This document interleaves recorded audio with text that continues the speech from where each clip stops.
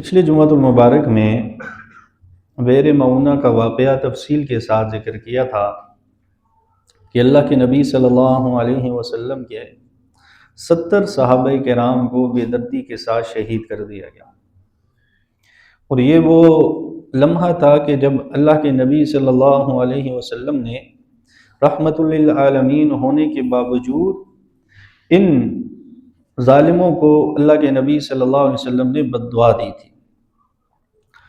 تو میں نے عرض کیا تھا کہ ایک صحابی رسول، ان کو اس قبیلے کے سردار نے یہ بات کہہ کر چھوڑ دیا تھا کہ میری ماں نے کہا تھا کہ ایک غلام کو آزاد کرنا ہے، تو اس لیے اس نے ان صحابی رسول کو چھوڑ دیا تھا۔ اب یہ صحابی رسول جب واپس آئے تو بنو عامر قبیلے کے 2 لوگ ان کے ساتھ ہوئے۔ جیسے سفر میں کوئی شخص جا رہا ہو تو اکیلا ہو تو 2 ساتھ ہو رہا ہے، یہ اسی کے قبیلے ان کے لوگ تھے۔ تو راستے میں ایک جگہ جب پڑاؤ ڈالا تو یہ جو صحابی رسول تھے، ان کے دل میں یہ خیال آیا کہ انہوں نے ہمارے اتنے صحابہ کرام شہید کر دیے، تو بدلہ تو جو لیں گے سو لیں گے اللہ کے نبی صلی اللہ علیہ وسلم، لیکن میرے ہاتھ میں تو یہ 2 لوگ ہیں، ان کو میں قتل کر دیتا ہوں۔ تو ان صحابی رسول نے یہ کیا کہ جب وہ لوگ سو رہے تھے تو ان دونوں کو قتل کر دیا، اور جب واپس تشریف لائے اللہ کے نبی صلی اللہ علیہ وسلم کے سامنے سارا واقعہ ذکر کیا، اس طرح میں نے اس قبیلے کے 2 لوگوں کو قتل کر دیا۔ اللہ کے نبی صلی اللہ علیہ وسلم ناراض ہوئے، فرمایا ہمارا تو ان کے ساتھ معاہدہ تھا کہ ہم ان کے لوگوں کو نہیں قتل کریں گے اور وہ ہمارے لوگوں کو قتل نہیں کریں گے۔ تو اللہ کے نبی صلی اللہ علیہ وسلم نے فرمایا کہ ہم ان 2 لوگوں کی دیت دیں گے، اور چونکہ میں نے شروع میں عرض کیا تھا کہ یہ 3 قبیلے تھے، بنو نذیر، بنو قریظہ اور بنو قینقاع، یہ تینوں اللہ کے نبی صلی اللہ علیہ وسلم کے پڑوس میں، مدینہ کے پڑوس میں تھے، اور ان کے ساتھ اللہ کے نبی صلی اللہ علیہ وسلم کا معاہدہ تھا، یعنی کہ وہ ایمان تو نہیں لائے، یہود کے قبیلے تھے، تو ایک ایگریمنٹ تھا، ایک معاہدہ تھا کہ ہم یہاں پر رہیں گے لیکن مدینہ کا ہم لوگ کیا کریں گے، دفاع کریں گے، اور یہ دیت سے متعلق یہ ساری چیزیں بھی اس میں طے تھیں۔ اب اللہ کے نبی صلی اللہ علیہ وسلم بنو نذیر کے پاس چلے گئے۔ بنو قینقاع کا تو واقعہ پیچھے گزرا، اب یہ دوسرا قبیلہ تھا بنو نذیر۔ اللہ کے نبی صلی اللہ علیہ وسلم ان کے پاس تشریف لے گئے اور ان کے ہاں ایک جگہ بیٹھے جو بالکل دیوار تھی، اور اس کے سائے میں اللہ کے نبی صلی اللہ علیہ وسلم بیٹھ کے تشریف فرما ہوئے۔ اب بظاہر تو بڑی خندہ پیشانی سے ملے، بڑی محبت سے پیش آئے، اور بڑا اعزاز و اکرام کے ساتھ انہوں نے بٹھایا، اور اللہ کے نبی صلی اللہ علیہ وسلم نے ساری بات سامنے رکھی کہ بھئی وہ قبیلہ آپ کا بھی حلیف ہے، تو ہم نے اب 2 لوگ ان کے قتل کر دیے، تو اصولاً ہم نے دیت دینی ہے، تو اس دیت میں آپ کا بھی حصہ شامل ہوگا۔ تو انہوں نے کہا جی ٹھیک ہے، ہم آپس میں مشورہ کرتے ہیں۔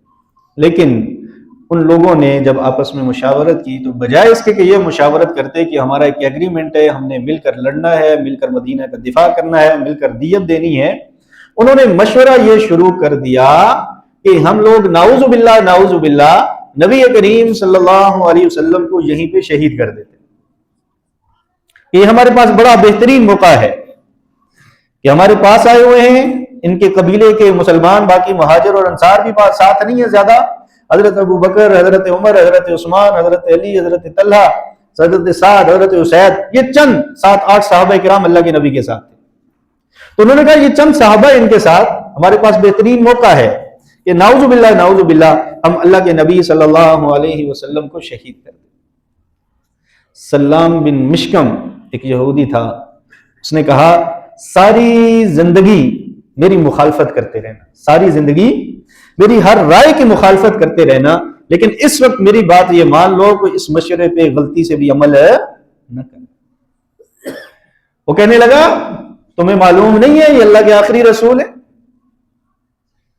یہ اللہ کے آخری رسول ہیں، اور اگر تم اس مشورے پہ عمل کرو گے تو اللہ ان کو بچا لے گا، اللہ جل شان ان کو خبر دے دیں گے۔ آپ اندازہ کریں، باوجود اس کے کہ وہ شخص یہودی ہے، لیکن اس کو اس بات کا یقین ہے کہ اللہ کے نبی صلی اللہ علیہ وسلم کی حفاظت کرنے والی ذات اللہ موجود ہے، اور اس بات کا بھی یقین ہے کہ یہ اللہ کے نبی ہیں اور آخری نبی اور رسول ہیں۔ لیکن بس ضد، انانیت کہ ہم بنو اسحاق میں سے ہیں، ہم حضرت یعقوب علیہ السلام کی اولاد میں سے، ہم میں سے پیغمبر نہیں آیا، رسول نہیں آیا، تو بس یہ ضد اور انانیت جو ان کے بڑوں نے ان کے دلوں میں یہ ڈالی ہوئی تھی، کوٹ کوٹ کے بھری ہوئی تھی کہ پیغمبر ہوں گے، آخری پیغمبر ہوں گے تو وہ صرف اور صرف ہماری نسل میں سے ہوں گے۔ آج بھی یہودیت اپنی نسل کی بڑی حفاظت کرتی ہے، نسلاً جو یہودی ہوتا ہے اسے یہ اصل یہودی تسلیم کرتا ہے۔ تو اس وقت بھی انہوں نے یہ صرف اور صرف ضد اور انانیت کی وجہ سے، باقی اللہ نے قرآن میں بھی فرمایا کہ وہ اللہ کے نبی کو ایسے پہچانتے تھے، ایسے جانتے تھے جیسے کوئی شخص اپنی اولاد کو جانتا، ایسے ان کو یقین تھا کہ یہ اللہ کے نبی ہیں اور آخری نبی اور آخری رسول۔ تو بہرکیف انہوں نے اس سلام بن مشکم کی بات کو اگنور کیا، اس کی بات کو کوئی اہمیت نہ دی، اور اب مشورہ کرنے لگے کہ کون یہ کام کرے کہ جائے اور پیچھے سے ایک بڑا پتھر لائے اور نعوذ باللہ نبی کریم صلی اللہ علیہ وسلم کے اوپر پھینک دے۔ تو ایک بدبخت یہودی تیار ہو گیا۔ اسی اثناء میں اللہ کے نبی صلی اللہ علیہ وسلم کو جبرائیل امین کے ذریعے اللہ جل شانہ نے اطلاع فرما دی۔ اللہ کے نبی صلی اللہ علیہ وسلم فوراً وہاں سے اٹھے، صحابہ کو بھی کوئی بات نہیں بتائی، اور وہاں سے اٹھ کے فوراً اللہ کے نبی مدینہ کی طرف تشریف لے۔ جب وہ شخص پیچھے سے گیا، پتھر اٹھایا، اور ادھر یہ یہود واپس آئے تو دیکھا صحابہ تو سارے بیٹھے ہیں لیکن حضور یہاں پر موجود ہے نہیں۔ تو اس وقت دوسرا یہودی بول پڑا کہ نانا، اس نے کہا، اس نے سلام بن مشکم نے بات ٹھیک کہی تھی، اور تم مانو یا نہ مانو، اللہ نے اپنے اس پیغمبر اور رسول کو یہ خبر پہنچا دی تھی، اسی لیے وہ یہاں سے اٹھ کر نکل چکے۔ اب صحابہ کرام انتظار میں ہیں کہ اللہ کے نبی واپس تشریف لائیں گے۔ اب یہ یہود اپنی طرف سے پریشان ہیں کہ اب ہمارے ساتھ کیا ہوگا، نہ صحابہ سے اس بات کا کیا ذکر کریں۔ اب صحابہ کافی دیر بیٹھے رہے، جب انہوں نے دیکھا کہ اللہ کے نبی واپس تشریف نہیں لائے تو صحابہ بھی وہاں سے اٹھ کے مدینہ تشریف لے آئے۔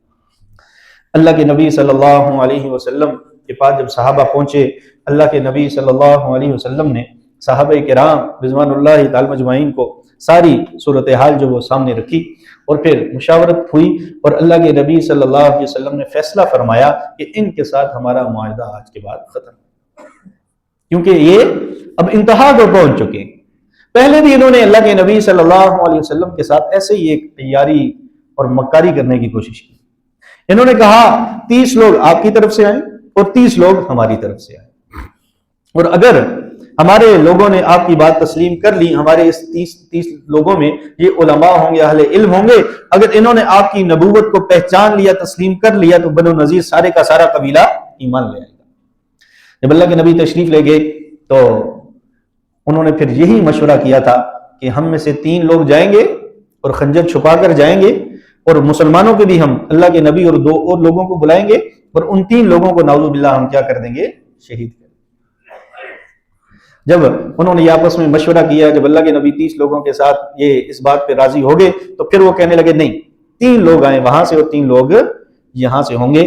تو ان کے قبیلے کی ایک عورت نے، ان کا بھائی مسلمان تھا، وہ اللہ کے نبی صلی اللہ علیہ وسلم کے پاس ہوتا تھا، صحابی رسول تھا، تو اس عورت نے اپنے بھائی کو یہ خبر دے دی تھی کہ ایسے یہ یہود اب آپس میں مشاورت کر رہے ہیں، تو اللہ کے نبی صلی اللہ علیہ وسلم کو شہید کرنا چاہتے ہیں، آپ کے پیغمبر اور رسول۔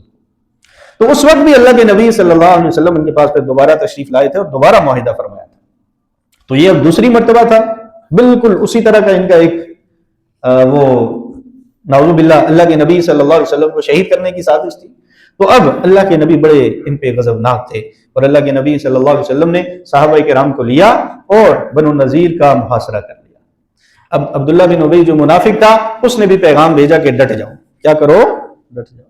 منافقوں کا تو کام یہی ہوتا ہے، ہوا مارتے ہیں، پم مارتے ہیں، لگ گیا تو ٹھیک، نہیں تو جب موقع آیا تو وہ سائڈ پہ ہو جائیں گے، ان کا اور کیا ہوتا ہے۔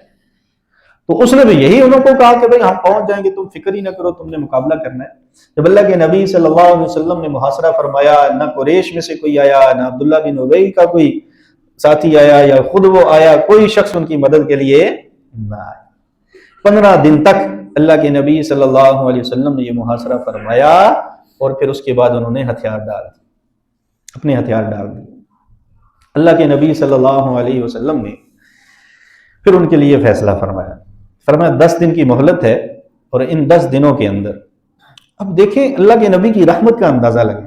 سب کہیں سبحان اللہ۔ یعنی کہ وہ لوگ اللہ کے نبی کو قتل کر رہے تھے، شہید کر رہے تھے، اور اللہ کے نبی صلی اللہ علیہ وسلم ان کے ساتھ معاملہ کیا فرما رہے ہیں کہ 10 دن کی مہلت دیتا ہوں، سوائے سامان حرب کے، تلوار ہے، نیزہ ہے، ڈھال ہے، اس طرح کی جو چیزیں ہیں، ان چیزوں کے علاوہ جو سامان تم لے کر جا سکتے ہو، اونٹ ساتھ لے کر جا سکتے ہو، اپنے کھڑکیاں لے کر جا سکتے ہو، دروازے لے کر جا سکتے ہو، اناج لے کر جا سکتے ہو، غلہ لے کر جا سکتے ہو، جو لے کے جا سکتے ہو لے جاؤ۔ سبحان اللہ۔ پھر بھی اللہ کے نبی صلی اللہ علیہ وسلم نے اتنی نرمی فرمائی، تو ان کو 10 دن کی مہلت ملی، اور ان کی حرص، طمع، لالچ کی یہ حالت تھی کہ انہوں نے جو دروازے تھے اور جو کھڑکیاں تھیں وہ بھی اتارے، اور ان کی چوکھاٹوں کو بھی جو اتار سکتے تھے وہ اتار کے ساتھ لے گئے۔ اس کے باوجود بھی ان کا بہت سارا مال متاع یہاں پر بچ گیا جو مسلمانوں کے پاس آیا۔ اب میں اکثر عرض کرتا ہوں کہ محبت اور اطاعت سیکھنی ہے تو کس سے سیکھیں؟ کس سے سیکھیں؟ کس سے سیکھیں؟ الحمدللہ۔ چلیں یہ آپ کو یاد ہو گئی بات، اونچا بول رہا ہوں، کس سے سیکھیں؟ صحابہ سے۔ محبت اور اطاعت سیکھیں تو صحابہ سے سیکھیں۔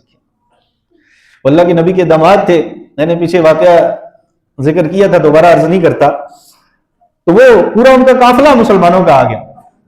تو جب انہوں نے ریکویسٹ کی، درخواست کی، تو اللہ کے نبی نے صحابہ سے کہا جس جس کے پاس جو سامان ہے اس قافلے کا وہ سارا لے آؤ، حالانکہ وہ مال تجارت والا قافلہ تھا۔ تو سیرت کی کتابوں میں لکھا ہے جس کے پاس لوٹا تھا وہ صحابی لوٹا بھی لے کر واپس اللہ کے نبی کی خدمت میں حاضر ہو گئے، حضور جیسے آپ فرمائیں۔ اب یہاں سے بھی کافی زیادہ مال اسباب مسلمانوں کے پاس آئے۔ اللہ کے نبی صلی اللہ علیہ وسلم نے صحابہ سے خطاب فرمایا اور انصار کی خوب تعریف فرمائی کہ انہوں نے اللہ کی مدد کی، اللہ کے دین کی مدد کی، میری مدد کی، مہاجرین کی مدد کی، جہاد میں مدد، یعنی کہ ہر موقع پر انصار نے نصرت سے پیچھے قدم نہیں رکھا۔ جب جہاں میں نے ان کو جو کہا یہ انصار سب کچھ میرے قدموں میں لا کر ڈھیر کرتے چلے گئے۔ پھر اللہ کے نبی صلی اللہ علیہ وسلم نے فرمایا کہ یہ جو مہاجرین ہیں یہ آپ کے گھروں میں رہ رہے ہیں، یہ آپ کے کاروبار میں آپ کے ساتھ ہیں، آپ کی دکانوں میں ہیں، آپ کے کھیتوں میں ہیں، آپ کے باغوں میں ہیں، تو اگر آپ انصار اجازت دیں تو یہ جو مال اسباب حاصل ہوئے ہیں اس غزوے سے، بنو نذیر کے قبیلے سے، یہ میں مہاجرین میں تقسیم کروں، قربان جائیں۔ جیسے مہاجرین نے حصہ لیا غزوے میں، انصار نے بھی حصہ لیا۔ جیسے انہوں نے 15 دن کی مشقت کاٹی، وہاں پہ سفر کیا، وہاں گئے، وہاں رہے، دن رات، سردی گرمی، موسم کی سختی، ہر چیز برداشت کی، پھر جنگ کے بادل منڈلا رہے تھے ہر وقت، جیسے مہاجرین نے برداشت کیا ویسے ہی انصار نے بھی برداشت کیا۔ لیکن قربان جائیں حضرت سعد بن معاذ اور حضرت سعد بن عبادہ رضی اللہ تعالیٰ عنہ دونوں کھڑے ہوئے اور فرمایا حضور آج تک جو بھی آپ نے مانگا ہم نے طیب نفس سے، اپنے دل سے آپ کے سامنے حاضر کیا، اور آپ اگر چاہیں تو یہ سارے کا سارا مال بھی مہاجرین میں تقسیم فرما دیں، اور جو مواخات آپ نے قائم فرمائی ہوئی ہے وہ بھی بے شک آپ باقی رکھیں۔ وَيُؤْثِرُونَ عَلَىٰ أَنفُسِهِمْ وَلَوْ كَانَ بِهِمْ خَصَاصَةٌ، دوسروں کو دے دیتے تھے، دوسروں کو دے دیتے تھے، ایثار کرتے تھے، قربان کر دیتے تھے، اور وَلَوْ كَانَ بِهِمْ خَصَاصَةٌ، خود بے شک خسارے میں رہے۔ کیوں؟ اللہ کی قسم، اللہ کی قسم، یہ خسارہ نہیں ہے، یہ آخرت کا بہت بڑا نفع ہے۔ دنیا کا تو بظاہر خسارہ نظر آتا ہے، لیکن آخرت کا یہ کیا ہے؟ بہت بڑا نفع ہے۔ اور صحابہ کے پیش نظر دنیا کے معاملات تو رہتے ہی نہیں تھے، دنیا کے معاملات تو رہتے ہی نہیں تھے، ان کے پیش نظر تو ہمیشہ آخرت رہتی تھی کہ اللہ کیسے راضی ہو جائے، اللہ کیسے راضی ہو جائے۔ یہی فرق ہے آج کے مسلمان میں اور صحابہ میں، کہ وہ سوچتے تھے کہ ہم یہ کام کریں گے تو آخرت میں کیا ملے گا، اور ہماری ساری زندگی اسی میں گزر جاتی ہے کہ ہم زندگی گزاریں گے تو ہمیں دنیا میں کیا ملے گا۔ اور حقیقت یہ ہے کہ دنیا میں ہمیں جو کچھ ملتا ہے وہ سب کچھ ہم کھانے پینے کے قابل بھی نہیں ہوتا۔ انسان کی غذا کیا ہے؟ ایک نہیں تو چلو 2 روٹیاں صبح کھا لے، ایک نہیں تو 2 روٹیاں دن کو کھا لے گا، ایک نہیں تو 2 روٹیاں رات کو کھا لے گا۔ ایک اچھا سا لباس اس کے جسم پہ ہو، ایک اچھا سا فون، گاڑی، گھر، یہ چیزیں اس کے پاس ہو، پھر بھی اس کا لاکھوں کروڑوں اربوں کا سرمایہ جو اس نے جمع کیا ہوا ہے وہ اس کے کسی کام نہیں۔ وہ کس کے کام آتا ہے؟ ورثاء کے کام آتا ہے۔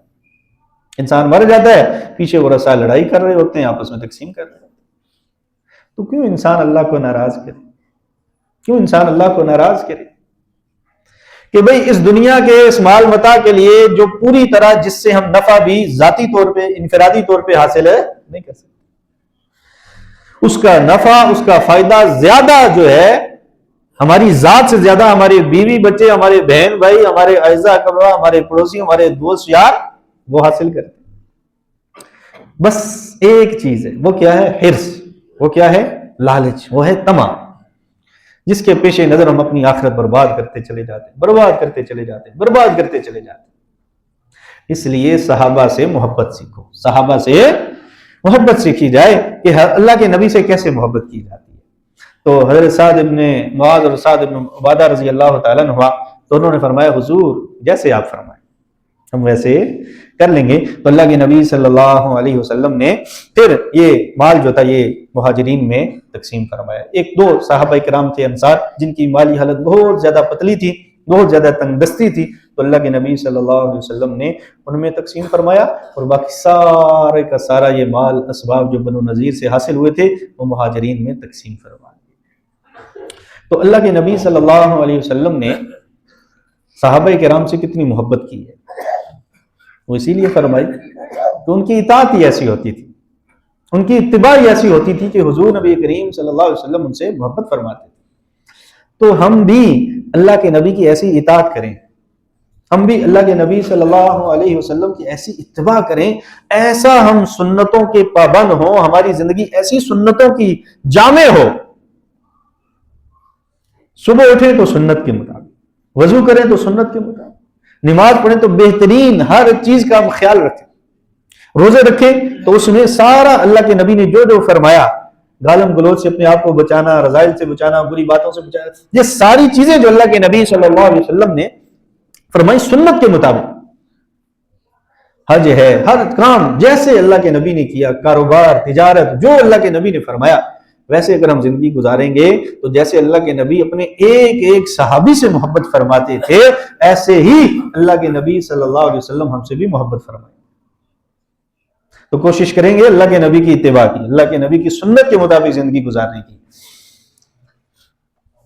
مختلف روایات ہیں اور زیادہ عوام میں مشہور یہی ہے کہ جو معراج ہے وہ اسی رجب کے مہینے میں ہوا۔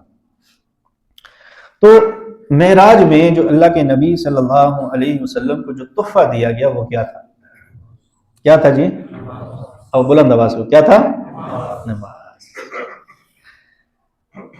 ہمیں اس چیز کا ادراک ہونا چاہیے، احساس ہونا چاہیے، اس چیز کو حرز جان بنانا چاہیے، یہ چیز ہمارے ذہن پہ، ہمارے دل پہ، ہمارے دماغ پہ، ہمارے پورے جسم پہ، ہمارے اعصاب پہ سوار رہنی چاہیے کہ کلمہ پڑھنے کے بعد جو اللہ کا سب سے بڑا حق ہے، جو اللہ نے سب سے بڑا فرض عائد فرمایا ہے وہ مسلمان کے لیے نماز ہے۔ کیا ہے؟ نماز۔ اب میں دو باتیں عرض کروں گا اور آپ نے دونوں باتوں میں بھی انشاءاللہ اس کا خیال رکھوں گا، آپ نے بھی اس پہ عمل کرنا ہے۔ ایک تو یہ کرنا ہے ہم نے کہ نماز کی پابندی کرنی ہے، نماز کی پابندی کرنی ہے۔ کاروبار کچھ بھی ہو جائے، اوپر نیچے ہو جائے، ملازمت میں اوپر نیچے ہو جائے، سفر اوپر نیچے ہو جائے، کچھ بھی ہو جائے، لیکن آپ کی نماز با جماعت مسجد میں ہونی چاہیے، نماز با جماعت مسجد میں ہونی چاہیے۔ آپ کے جو بچے ہیں جن کی عمر 7 سال ہے، آج کا بچہ 7 سال کا بچہ وہ عقل و شعور رکھتا ہے جو 12-14 سال کا بچہ آج سے 15-20 سال پہلے رکھتا تھا۔ آپ اس بچے کو یہ نہ کہیں بیٹا اللہ کے نبی کی حدیث ہے اب تم پہ نماز ضروری ہے، چلو مسجد میں چلو، نہ، اسے محبت سے سمجھائیں۔ کیسے سمجھائیں؟ محبت سے سمجھائیں کہ بیٹا یہ نماز اللہ کی ملاقات ہے، یہ فرض تو ہے ہم نے ضرور ادا کرنا ہے، لیکن یہ ایک ملاقات ہے، یہ اللہ سے ایک رابطہ ہے، اللہ سے مانگنے کا ایک ذریعہ ہے، یہ اللہ سے مانگنے کا ایک بہت بڑا واسطہ ہے۔ جو ہماری پریشانیاں ہیں، جو دکھ ہیں، جو مصیبتیں ہیں، یہ ساری اللہ جل شانہ نے نماز ان کا حل رکھا ہوا ہے۔ پھر اسے سمجھائیں. آپ روزانہ اگر اپنے والد صاحب سے نہ ملیں تو دوسرے دن والد صاحب کی یاد آتی ہے نہیں آتی؟ ماں سے نہ ملو دوسرے دن یاد آتی ہے نہیں آتی؟ بہن بھائیوں سے نہ ملو دوسرے دن یاد آتی ہے نہیں آتی؟ تو اللہ کو بھی اپنے بندوں کا احساس تھا کہ میرے بندوں کے دلوں میں میری محبت ہوگی، میرے بندوں کے دلوں میں میرا درد ہوگا، میرے بندوں کے دلوں میں میری یاد بسی ہوگی. میں اپنے بندوں سے ملاقات کے لیے ان کو 5 وقت کا موقع دیتا ہوں کہ وہ آئے میرے گھر میں آ کر مجھ سے ملاقات کریں. اس کو سر سے نہ اتارا کریں، اس کو دل سے ادا کیا کریں. اس کو سر سے نہ اتارا کریں نماز کو کس سے ادا کیا کریں؟ دل سے ادا کریں. 5 وقت نماز بجماعت خود بھی مسجد میں ادا کرنی ہے، اپنی بیوی اپنے بچے ان کو نماز کی پابندی کروانی. کچھ بھی ہو جائے، اللہ کے نبی صلی اللہ علیہ وسلم نے، دین نے، شریعت نے اتنی آسانی دی کہ اگر کوئی صاحب فراش ہے، کوئی شخص بستر پہ ہے، اٹھ ہی نہیں سکتا، تو اس کے لیے شریعت نے حکم دیا کہ وہ اشاروں سے نماز پڑھے. وہ لیٹا ہوا ہے، وہ اگر ہاتھ اٹھا سکتا ہے تو ہاتھ اٹھا کے باندھ، اگر ہاتھ بھی نہیں اٹھا سکتا تو اللہ اکبر کہے تو اس کی تکبیر تحریمہ ہو جائے. وہ پھر اپنے آنکھوں کے اشارے سے کہ ابھی میں رکوع میں ہوں، پھر تھوڑی آنکھ اور نیچے کرے کہ میں اب سجدے میں ہوں، میں اب سجدے سے اٹھ گیا، میں اب دوبارہ سجدے میں ہوں، میں اب دوبارہ قیام کر رہا ہوں، میں اب تشہد. آنکھوں کے اشارے سے بھی وہ نماز ادا کرے گا. ایک تو یہ ہے کہ انسان یہ سوچے کہ یہ فرض ہے اور ضروری ہے اور اللہ نے کسی صورت معاف نہیں فرمایا، اور ایک اس کا رخ یہ بھی ہے کہ اللہ چاہتے ہیں کہ کسی بھی صورت میں، مرض الوفات میں بھی، فراش پہ بھی، بستر پہ بھی میرا بندہ میری ملاقات سے محروم نہ رہے، میرا بندہ میری ملاقات سے کہیں محروم نہ رہ جائے. کہ اللہ اگر یہ ضروری فرما دیتے کہ قیام ہی ضروری ہے، نہیں ہوگا تو نماز نہیں ہو سکتی، تو جو شخص مریض ہے وہ پھر کیسے اٹھ کے نماز پڑھتا، وہ کیسے اللہ کی ملاقات کرتا، وہ کیسے اللہ سے اپنے راز و نیاز کی باتیں کرتا، اللہ کے سامنے حمد و ثنا کرتا، اس کی تسبیح کرتا، وہ کیسے قرآن پڑھتا نماز میں، اللہ سے کیسے ملاقات کرتا. بیوی کی تو روز یاد آتی ہے، ماں باپ کی تو روز یاد آتی ہے، اللہ کی روز یاد نہیں آتی. وہ جس اللہ نے ہمیں یہ زندگی عطا کی، وہ جس اللہ نے ہمیں یہ ساری نعمتیں عطا فرمائی، وہ اللہ جس نے ہمیں یہ زندگی بطور امتحان کے عطا فرمائی اور اپنے ساتھ رابطے میں رہنے کے لیے پورے دن میں 5 وقت کا ایک ملاقات کا ذریعہ بھی دیا کہ میرے بندو بہک جاؤ گے، آگے پیچھے نکل جاؤ گے، دنیا کی محبت غالب آ جائے گی، حرص اور طمع اور لالچ تمہارے دلوں میں آ جائے گی، تو دن میں 5 وقت میرے گھر آ جانا، دل سے ادا کرنا، سر سے نہ اتارنا، میں تمہیں گناہوں سے بھی بچاؤں گا، نماز کی لذت بھی عطا کروں. تو ایک تو نماز کی پابندی، اور دوسرا کام یہ کرنا ہے کہ نماز کو نماز کے طریقے کے مطابق ادا کرنا ہے. سب توجہ سے سنیں، بہت توجہ سے، سب کی نظریں میری طرف، میری. ہم لوگ نماز پڑھتے بھی ہیں تو ہمیں نماز کا کوئی فائدہ نہیں ہوتا. سب سے پہلے نماز کا ترجمہ یاد کریں، نماز کا ترجمہ یاد کریں. دوسرا کام نماز کا رکوع سجدہ، رکوع سے کھڑے ہوتے ہیں جب آپ قیام میں ہوتے ہیں، قوما میں ہوتے ہیں، جلسہ میں ہوتے ہیں، یعنی 2 سجدوں کے درمیان جب آپ بیٹھتے ہیں، تشہد میں بیٹھتے ہیں، ہر عمل آپ کا نماز کا پرسکون پر اطمینان ہونا چاہیے. ٹھیک ہے جی، نماز کا ترجمہ یاد کریں اور ہر آپ کا عمل نماز کا پرسکون پر اطمینان ہونا چاہیے. اور تیسرا کام یہ کرنا ہے کہ نماز جب آپ پڑھیں گے تو نماز کے دوران جو بھی آپ پڑھیں گے، جو آپ نماز کے الفاظ ادا کریں گے، سبحانک اللہم و بحمدک و تبارک اسمک، تو ان الفاظ پہ غور کرنا ہے کہ ہم کیا پڑھ رہے ہیں. میں آپ کو مثال دیتا ہوں کہ آپ جائیں کہیں کسی ملاقات کے لیے، DC SHO کے پاس ملاقات کے لیے جائیں اور آپ اس سے کہیں میں تم سے ملنے کے لیے آیا ہوں اور میں نے تم سے یہ بات کرنی ہے اور میرا یہ معاملہ ہے اور حل کر دو، اور آپ یہ کہہ کے واپس پلٹ آئیں.